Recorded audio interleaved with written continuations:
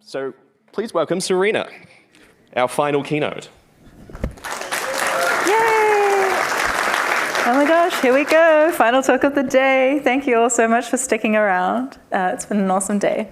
I'll just get right into it. Okay, so in September of last year, Chrome rolled out a redesign. We went from this to this. And for the super eagle-eyed among you, or maybe you've read the talk title, you might have spotted a curious difference. The lock icon is no longer there. What happened? Why did we remove this beautiful symbol of security? And perhaps most importantly, who cares? I care. Hi. I'm Serena. I am a UX person. I work on the Chrome security team. And I have tricked the organizers into letting me talk about an icon for 20 minutes.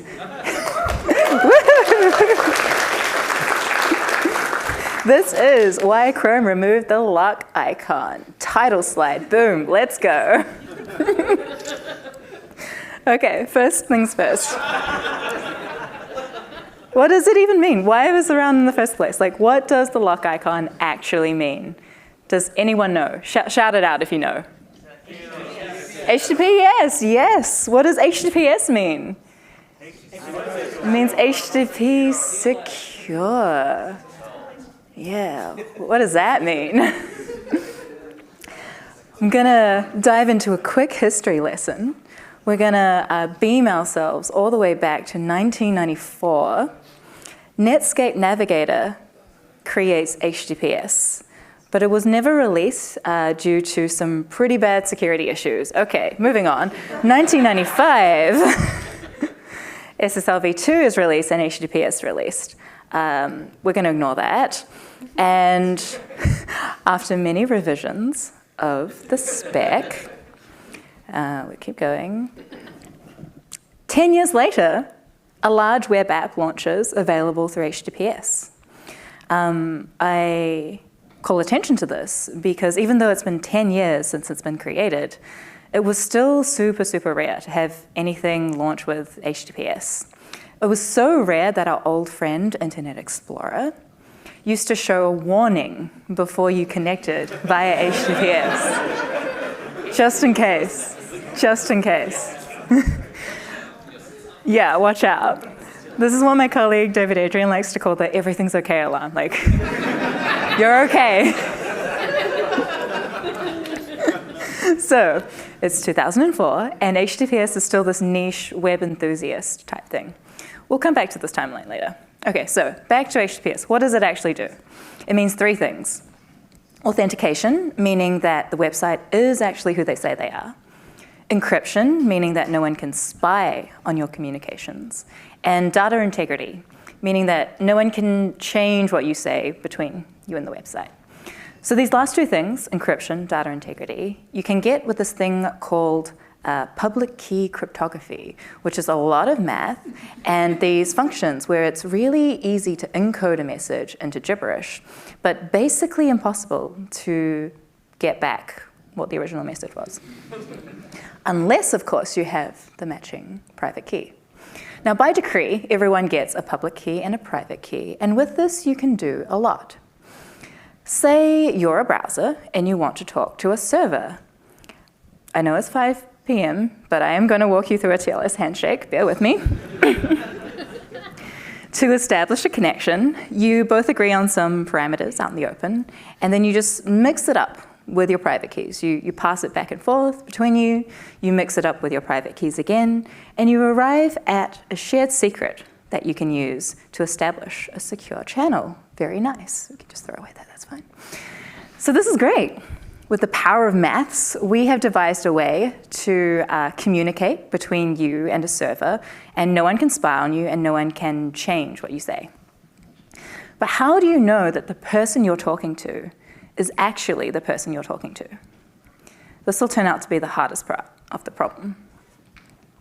How does Google.com prove that they are the real Google.com? How do you prove that you're the real you?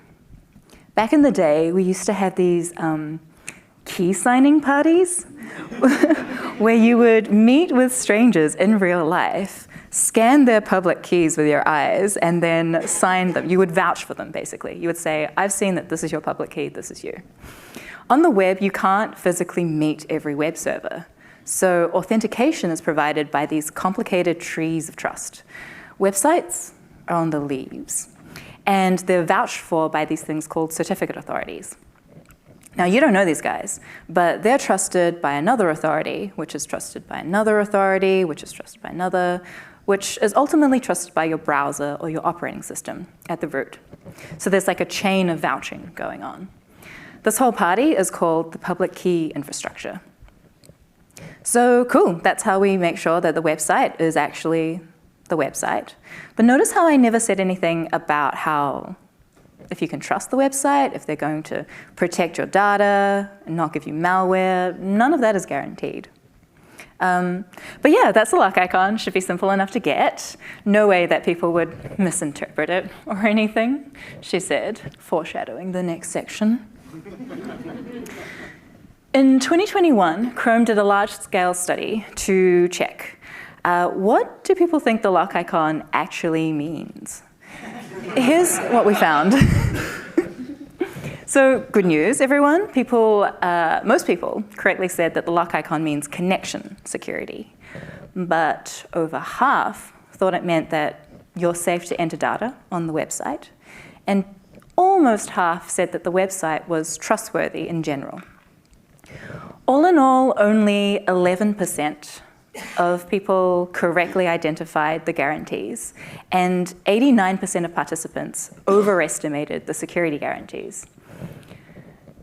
Prior research in 2019 showed like a similar overestimation of trustworthiness, which led to like an increased click-through in phishing links. So this is a problem. And let's say, for the sake of argument, that one night I got bored and decided to do some crime. It would be scarily easy for me to set up a well-known bank's login page, configure a secure connection, and then boom, there's a lock icon, which most people think it means that you can trust it, which, by the way, they shouldn't. And this kind of problem became such a big problem that in June of 2019, the FBI issued a public service announcement being like, hey everyone, please don't trust a website just because it's got a lock icon. Please. So this lock icon is a dangerous miscommunication. How do we fix this? How do we communicate the right security guarantees? We're going to pop back into the timeline for a bit. In HTTPS land, things stay pretty quiet in the late 2000s, early 2010s. And it's like the usual internet characters trying to like, please, let's do more HTTPS. But not much changes in the ecosystem. In 2013, something outside of the timeline happens. I'm not sure if you remember, there was a guy called Edward Snowden. And he shared some files about how we were all being spied on. Now, I wasn't around the browser space in this time, but I can only imagine how much this brought privacy and security topics to the front of mind for everyone in the tech industry. And I can only imagine it must have galvanized everyone to really aggressively push for better securing the web. And at this point, internet traffic over HTTPS is still rare. There's various estimates, one around like 15% of all connections. Let's Encrypt estimates it to be like 27% of page loads. So yeah, this happens. But now in May of 2014, Google is like, hey everyone, please start using HTTPS. And to show you that we're serious, we're going to start using it in search rankings. Let's Encrypt announces free certificates, which gets rid of a huge barrier.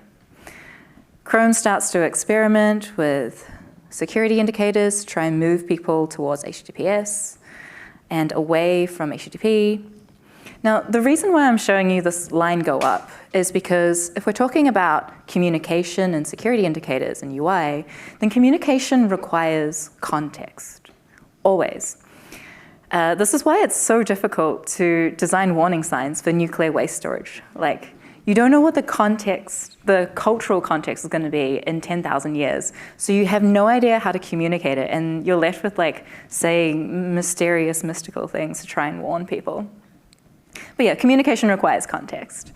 The optimal design for anything is never static. The best way to show security UI at 15% adoption should look wildly different to 95% adoption. And this is what we see. Like, HTTP and secure connections start off super, super normal and quiet. And over time, as they get rare, we get louder with our warnings. And HTTPS, starting off being like the rare darling warning before you want to connect, just making sure. As it gets more common, the indicators get quieter and quieter.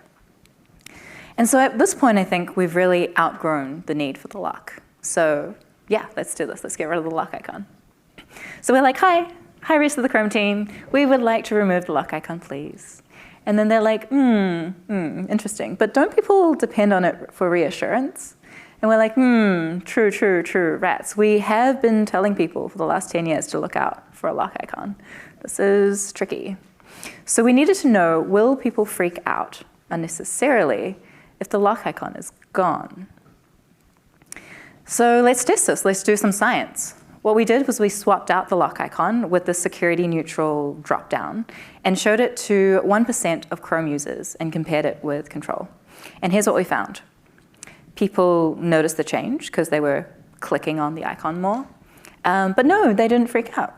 They didn't spend any less time on HTTPS pages, and they didn't send any less form submissions over HTTPS. So same amount of credit cards, same amount of passwords were sent. So all good. Oh, and at some point we also drew like hundreds of variations for a potential replacement, but yeah, whatever. So we're like, cool, hey, we did the science. Looks like removing the lock is fine. But then it's like, we're still worried that people are going to feel bad. What if they like still feel the web is unsafe and stuff if there's no lock? And we're like, oh no, but lock icon danger bad. Gosh. This is where I want to take a moment to talk about security theater. Security theater, if you haven't heard of it, is like these performative, security-flavored things that make people feel safe without actually making a difference in their real safety. Sometimes it actually makes them less safe. The term comes from Bruce Schneier talking about airport security back in 2008. And actually earlier this year, there were some undercover tests done by the Department of Homeland Security testing the TSA. And they found that the failure rates ranged between 80 to 95%. Yeah, correct. Correct response. Security theater is actively harmful. It lulls you into this false sense of security, and most of the time actually makes you less safe. Other examples could be like, you know those VPNs that advertise themselves as super, super secure, but they're actually like snooping on all your traffic, forcing your employees to rotate their passwords every 6 months, and they just end up writing their password on their computer and sticking it there. Or showing a lock icon on bad pages. Just saying. But the thing is, the need to feel safe is extremely powerful, extremely powerful.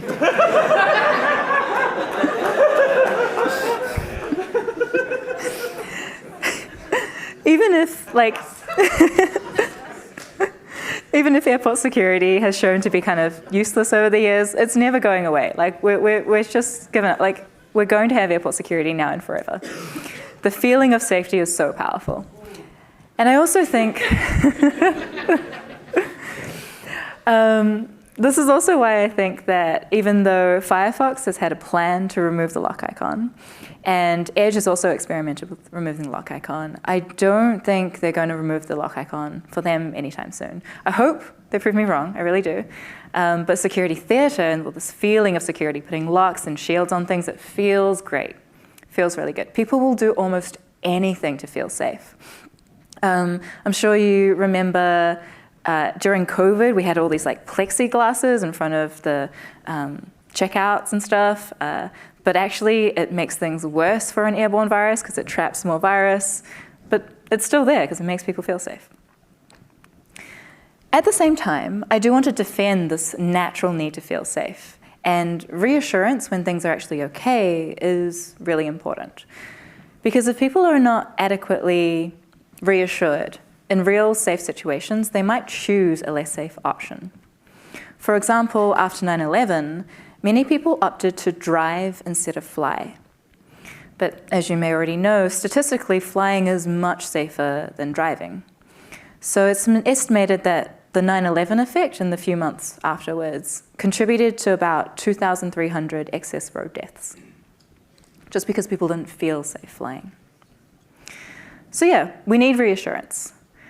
But how do we tell when something is necessary reassurance? And how do we tell when it's dangerous security theater? Well, for this, I like to look at actual user behavior. So does the lack of reassurance lead people away from safety? And does the presence of this reassurance lure people towards danger? For the lock icon, we see, no, if it's gone, it's fine. People still use HTTPS. And if it's there, then yeah, people do slightly click on phishing links more. And this puts the lock icon clearly in the bucket of security theater.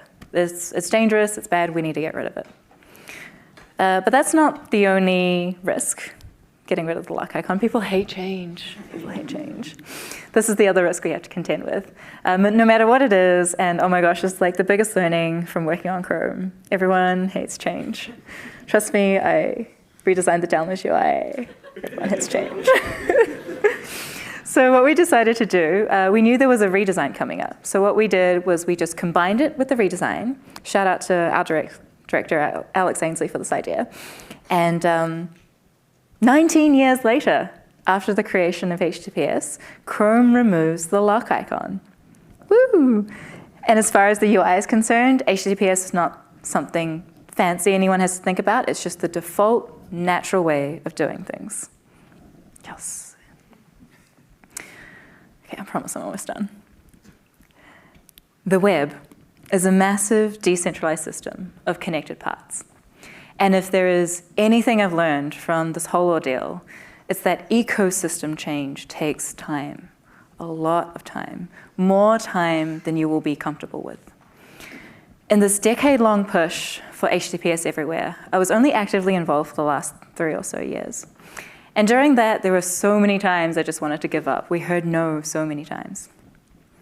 But making the web secure and private for everyone, it is worth it. And the secret to change on the biggest of scales is just to keep going. You're going to have ups and downs. You'll encounter setbacks and more setbacks, but keep going. Keep solving each little problem one by one. Keep pushing in the right direction. It's not that deep. And I think this applies to any change that feels too big to tackle, if you'll allow me to get a bit philosophical here.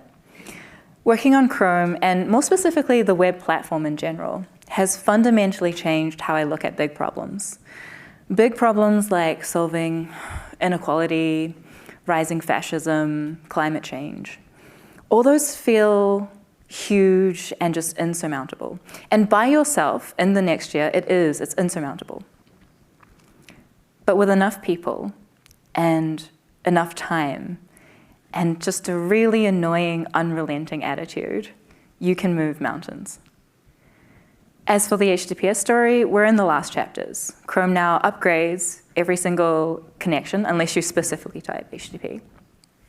We're working on warning you even more before you connect to HTTP insecure connections. We're making preparations for post-quantum, very, very cool. We're maintaining the public key infrastructure, maintaining the pipes. The pipes are important.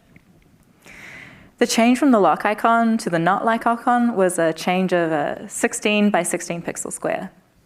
But what it represents is the final chapters of a decade's worth of work. The work of hundreds of people in different companies and organizations working together to try and do the right thing for the web, and most importantly, the right thing for all of you, the people who use it every day. So yeah, that was the story. I hope you liked it.